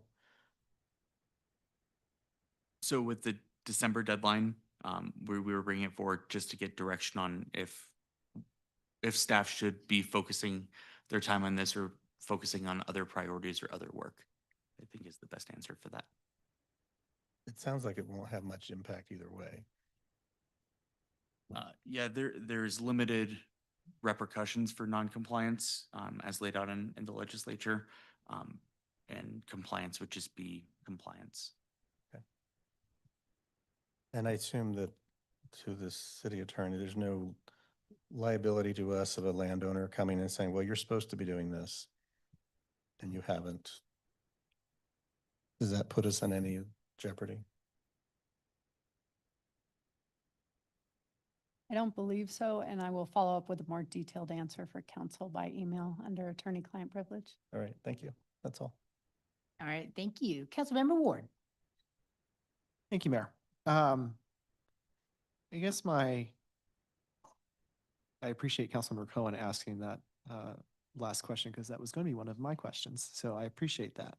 I want to follow up on a question that Mayor Pro Tem Lim had brought up about commercial and residential. Kind of what is the future of that in that area if we go forward with this? And my question is, does HB 24-1313 specifically say that only residential can be built there, or we have to zone, I know we have to zone up to a certain density, but is commercial still a permitted use in that area? Councilmember, that's a really good question, and thank you for the clarification. So the overlay district would add residential as an allowed use, but would not eliminate other uses already allowed. Okay. And the reason I ask that is I'm curious if there's, instead of just doing, hey, we're going to upzone this to 85 units per acre or whatever number we come to. What if we say we're going to do X number of units per acre and say we also are going to make it mixed use, like require it to be essentially mixed use, and say, if you want more residential, we need X amount of commercial on that parcel. I don't know if that's still in the spirit of some level of compliance. While still to a degree mitigating the transition from full commercial to full residential. You're kind of splitting that. Obviously, not every parcel is going to fit into that, just as every parcel is not going to be built up to 85 units per acre. It's definitely possible if that's council's direction. I would say that we didn't do that sort of analysis, so I don't know what the density or the dwelling units per acre would need to be to still meet the HOG requirement if we're starting to add commercial as mixed use or other requirements. We had just looked at it as sort of that blanket, what's the density we need to meet the housing opportunity goal for 1313 to check that box. Councilmember Ward, you're on to something here. I think that we should explore that further. Okay. Wonderful. My next kind of, well, as I formulate this question, I'm going to go into some direction. I do agree with eliminating the interchange influence area and replacing it with some new transit overlay district. I think that is appropriate. I actually would like us to even expand what we think is, or expand the area in which we implement a transit overlay area or district. Just because I think 1313 was roughly a mile, or was it half a mile? Half a mile. Half a mile, okay. And so many housing bills, I can't remember which numbers they used for which bill. Because it's not like people don't take transit outside of that half-mile basis, and it also is, we're gonna have to look at more density as we infill, and I think there are certain areas of Broomfield that are much more ripe for that and not quite as sensitive to infill projects as other parts of Broomfield are. Interlochen. And I think that would be really getting more into the spirit of, I think, what the legislature, or at least those who were backing the proposals the legislature made, had, rather than, here's the box, get as close to the box as possible, but don't go outside that box. And in terms of this particular question of partial compliance, full compliance, non-compliance, it is not lost on me that I do not have the votes to ensure we get full compliance. So I'm not even going to try to say that. I do think having the transit overlay districts would be beneficial. I also think we should be looking at ways in which we can speed up the development process with, as I think Councilmember McKenzie had noted in his email questions and the responses that staff gave about stricter or certain different design criteria and requirements that we can just move that through more quickly. And I'll leave it at that for right now. Thank you, Mayor. All right, thank you. And Councilmember Peterson. Thank you. Regarding the interchange influence area, if we repeal the one from 1991, would that have a negative impact on any of the existing buildings there? There would not, they're already developed. Okay, so it doesn't apply it negatively if we take it away, and so it makes sense to do that then. And then regarding this question,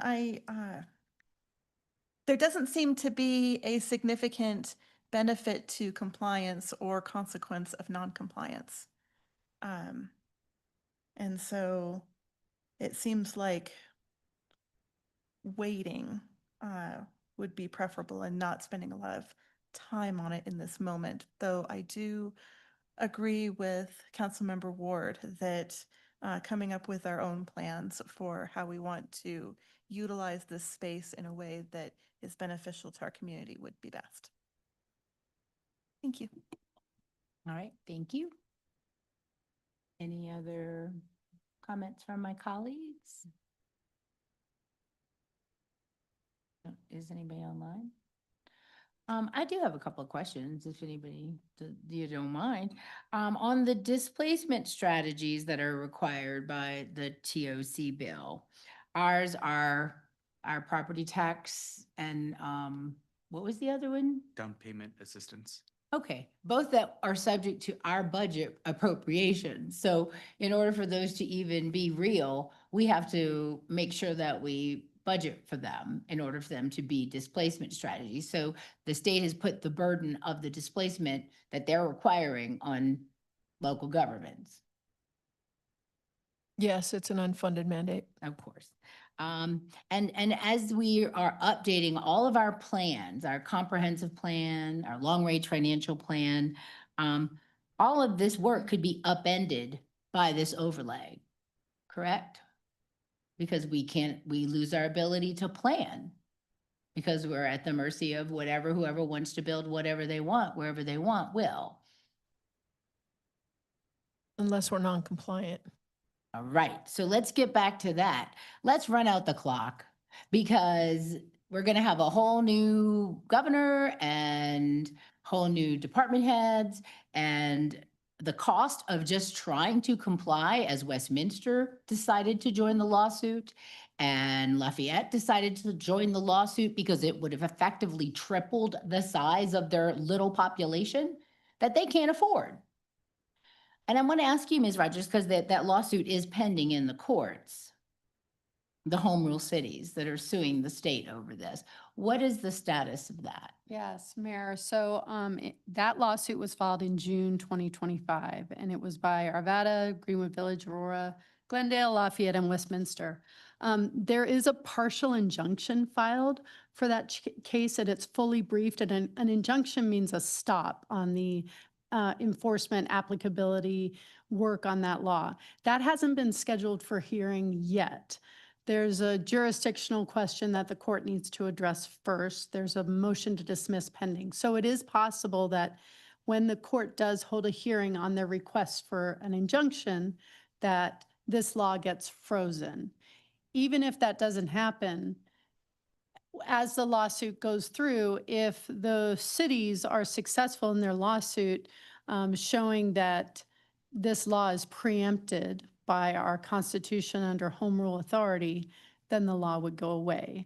There's also, Mayor, there's another lawsuit that was filed April 24th of this year by Northglenn and Thornton, also challenging 1313 as well as 1304 and the ADU law, which was 1152. That is, they're in motion to dismiss stage there. There's going to be consolidation. So there's going to be movement in the courts on those two lawsuits within the next year, definitely within the next 2 years. Thank you. And this is a big lift for us to go through and change everything to comply for something that may be unconstitutional. Correct? Yes, Mayor, but I will point out there is no injunction right now. So the law as passed by the legislature and signed by the governor is in effect and does apply. And 14 cities aren't complying. So, okay. Well, that's my advice is let's see how this plays out because it hasn't been tested in the courts yet. And I think it's unconstitutional. So that's my vote. Councilmember Ward. Thank you, Mayor. I just want to counter one of those points you made. And I would encourage my colleagues who do not want to comply with this bill to look at this more from the perspective of we have existing transit areas. They do have some level of transit along the US 36 corridor. May not be as much as I or any of us would want, but we can work on that later. But we should be using this as an opportunity to continue to correct what I consider historical wrongs in land use development and planning over the past 80 to 100 years, roughly. And look at it from that perspective and not complying just for the sake of spiting the state, which you can spite the state all you want, I don't care.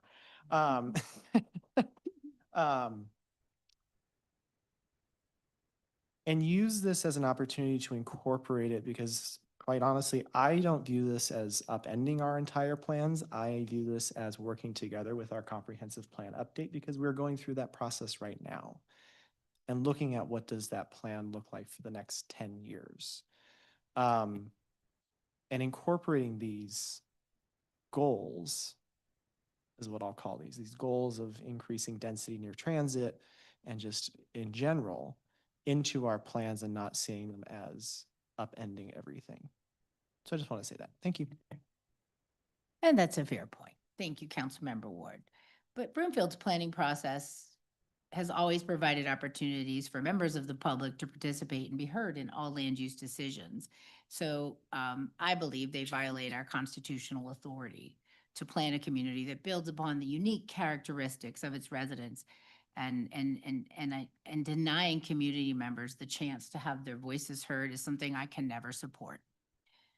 These bills exclude city leaders such as us from preserving and servicing a livable quality of life for the residents in an area pressured by regional growth. So I just want to, mainly for our new council members, you want to preserve that land use authority to manage, develop in a way that allows for community input. Otherwise, we might just all go home, let the state do it all. Land use is your biggest job. So I say protect it. Mayor Pro Tem Lim. I mean, we did just redo the zoning so that we have higher density zoning in certain areas. So, I mean, I feel like Broomfield has made steps forward in that regard, and I don't think we need to comply with a law that has, besides the question of it being constitutional or not, the law is unclear and has no benefit. So that's where I stand. All right. Anything else from my colleagues? Yeah, directions.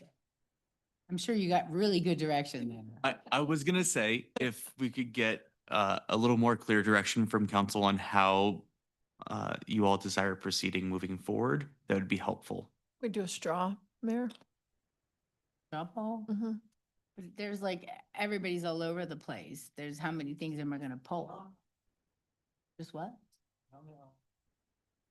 Okay, we'll start with Ward 1. Or do you want me to go in order of the So we could button? just comply or not comply. Or partially is actually. Are we doing the partial? Okay, so I've got 3 options. Yeah, why don't you speak first, Councilmember Delgadillo? Thank you, Mayor. I was going to propose a lighter version of partial compliance because I hear the deadline, that that's a meaningful concern and that this is going to take a ton of staff time. So what I'm proposing is a softer version of it where we work towards compliance, but not at the breakneck pace we would need to hit that date. So in a manner that is prioritized appropriately. That is my softer version of partial compliance. So for us, so many options on the table. That's what I'm putting out there, Mayor. Thank you. That's kind of esoteric. I mean, I don't know what that means, like to staff. How would they, can you be more specific on what you're thinking? So essentially that will be non-compliance, but we're working in good faith to be compliant. Yes, yeah, that's thank you, Manager Hoffman. That's a great way of putting it, is that, yes, we're non-compliant. We are not going to hit that deadline. We are going through the process of making it happen, but we have other priorities too that we are going to work on. So I guess a soft version of non-compliance is what I'm proposing. Okay, so we have a soft non-compliance. Councilmember Ward. I don't think I've ever had this conversation up here before, but it's good. Yes, Councilmember Ward. Oh, okay. What do you- Councilmember Anderson go, but I will, Oh, sorry, I missed that up. Okay. because I provided such a wonderful comment that staff had not contemplated about the mashing up of residential and commercial, I would, as much as I may not like it, propose that we hold off non-compliant until staff has the ability to do an analysis on what does that idea look like that I proposed, since Manager Hoffman said we have to think about it. I don't know how long that's going to take, We'll or take the what that looks like. We'll take for the you. blueprint, Councilmember Ward, from an incentive balanced approach that we did with Flatirons, which was the first time that we had done that. And it's quite successful. The question, and so again, how will that then influence the legislation? Right? So although we're developing it, so it may very well be ripe to say non-compliant with this December deadline, knowing that in 2027, there's going to be a lot of shifting down there. There's going to be a lot of non-compliant communities. There is a new political group and approach.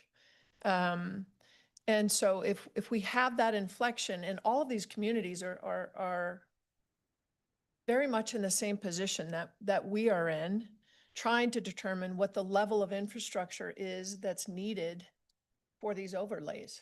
So there's a huge amount of conversations that are going to come, not just from Broomfield. So again, from the efforts of that multi-pronged approach, let's see where we are, see if we can use the best practice that we've used with the business development agreements. How does that parlay into land use itself? How do those conversations then translate to the legislative piece and to DOLA? Okay, can I ask a clarifying question to that? Mayor? Yeah, of Okay. course. I think the question that I have, based on that statement is, what is a timeline that is comfortable for staff, but is not so drawn out that we wait, 2 years for certain updates like we have in the past, for you to all look at, the Flatirons business development agreement and see how that may translate into other areas of incentivizing a mixture of commercial and residential, and bring it back to council. I'm going to ignore the state legislature for a bit, just because, if we wait on them to do anything, you could be waiting either 2 seconds or 15 years. And I also think it's just a better practice to do this than wait and see what the legislature tells us to do. Sure. I would say, let us get back.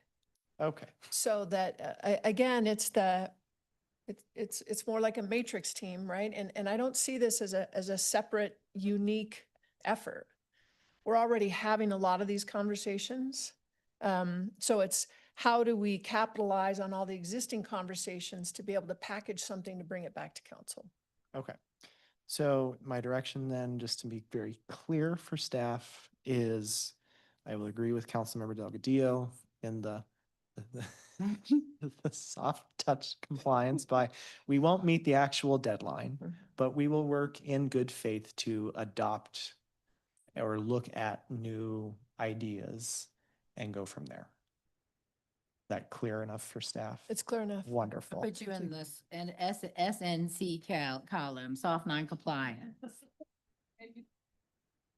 Next, I'm sorry, Councilmember Anderson, I didn't mean to skip you. Oh, that was completely fine. That's why I'm with others here that I want to preserve our local land use authority. I was heading somewhere in that soft non-compliance. That wasn't the term I was going to give it, but I want to make sure that we are continuing forward, doing what's best for Broomfield, doing the things that we see as beneficial. We continue to do the work we're doing. Wherever we can mesh up with something from the state, that's great. But I love the term soft non-compliance. So cool. Thank you. All right, thank you. Councilmember Twist. Thank you. Since they are in the thick of land use discussions right now, has anyone talked to our comprehensive plan committee about these areas specifically? I can answer that one. Sorry. Yeah. So yeah, Lynn and I, or Miss Merwin and I, have discussions often about the legislative efforts moving forward in parallel paths with the comprehensive plan. So both teams are sort of communicating back and forth, and the left hand and right hand are doing things that the other doesn't know about. Okay. Say more about that, Mr. Rowe. Sorry, there's been a lot of numbers tonight. So Ms. Merwin is the planning director, and she is leading the project along with a number of other staff for the comprehensive plan. And as we are looking at what the future land use of Broomfield looks like, all of these discussions are being held sort of together, but it's zoning capacity versus actual zoning being built. So it's a little bit of a murky conversation, but we're having the conversations. If I may clarify, Yeah. and correct me if I'm wrong, Mr. Rowe, or if I'm not hitting it. For staff to include these conversations with the comp plan, we'd have to have a council direction on the degree to which we would be including them in the comp plan. So I'm not sure what we would be having conversations right now about this may be proposed, but we're kind of complying, but we're not really going to comply. So when you're thinking about the efforts that you're discussing in the comp plan, those are more structured and less about what could happen, should happen, isn't going to happen. So it's more the visioning. Right. I guess my question is, how well does that vision match what is being asked of us by the state? Well, it doesn't. Okay. Um, It's just, it's too new. Everybody's still trying to figure out what that, I think there's agreement for the direction, but there's not alignment in how to get there. And so when we want to have these conversations with the community, until we're clear about what that direction is, it would be awfully challenging to have a community conversation about soft compliance. yes. Does that make sense, Councilmember Twist? Yes and Kind no. of? Okay. Yeah. I mean, trying to think of how to say this. They are having these conversations about what we want to do in terms of land use. And I'm wondering how far off what the community input is for those areas specifically, how well that aligns with what we're being asked to do. And if we were to push towards compliance, is that moving in the same direction or is it moving in an opposite direction? Go ahead. I'm wondering because, yeah. I would love to jump in if Okay. you don't mind. Please. So a lot of that has to do with, we're doing this a little bit out of order in terms of typically your comprehensive plan would be setting your vision and telling you exactly what you're saying. The community desires this density in these areas, and then we respond. And what the state is doing is not listening at all to what our comprehensive plan process is and is saying instead, no matter what your community says, this is what you will do. So that's a little bit of what Manager Hoffman was mentioning. In terms of where we are with the comprehensive plan update that we're currently doing, we're just not quite there yet. It's about a 2-year process. We're still in the big visioning portion. We're going to move into the land use and have more direction from the Comprehensive Plan Advisory Committee as we move into next year, but they're not diving into those area focused in the land use maps quite yet. So they will be getting there, and it might be one reason for that soft non-compliance and aligning with the timeframes, trying to look at next year for a study session when we have more input from the comprehensive plan to bring this back with more information with the long range plan, some of those commercial, the input and how we could address that, and then how it could all come together in terms of whether it is in alignment with our comprehensive plan vision. Okay, thank you. I guess given all of that, my direction would be very soft non-compliance. Should I add a new column to that?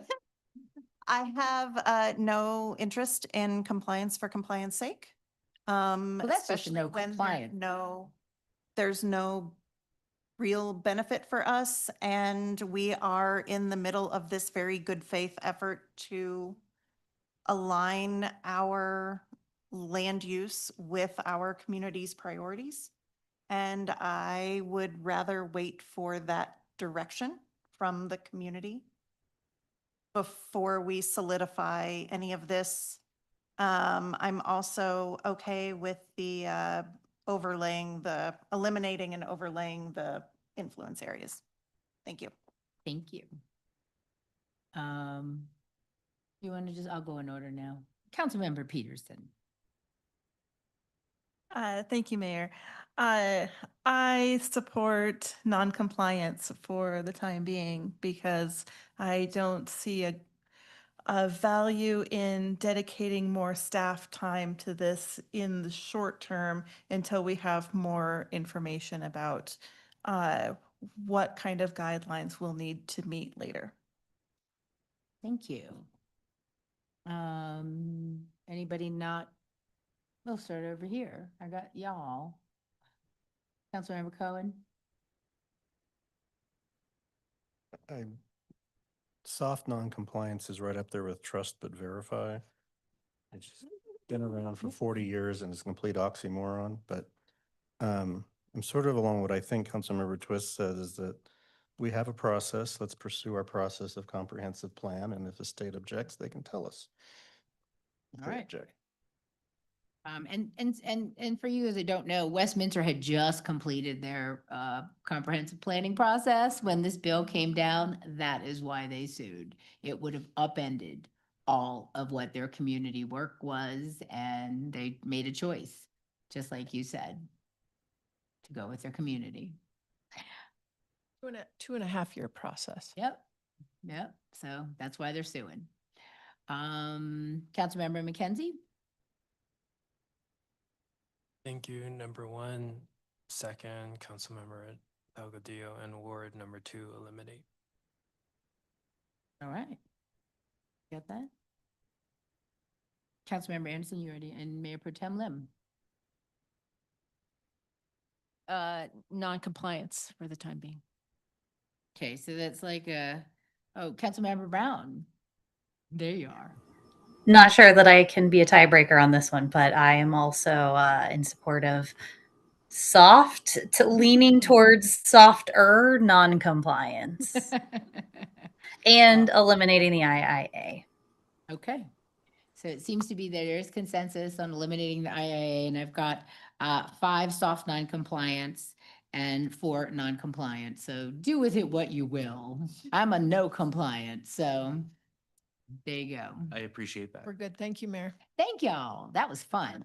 All right, so that concludes the agenda items for this evening's study session. Is there any other business to come before the council from my colleagues or staff?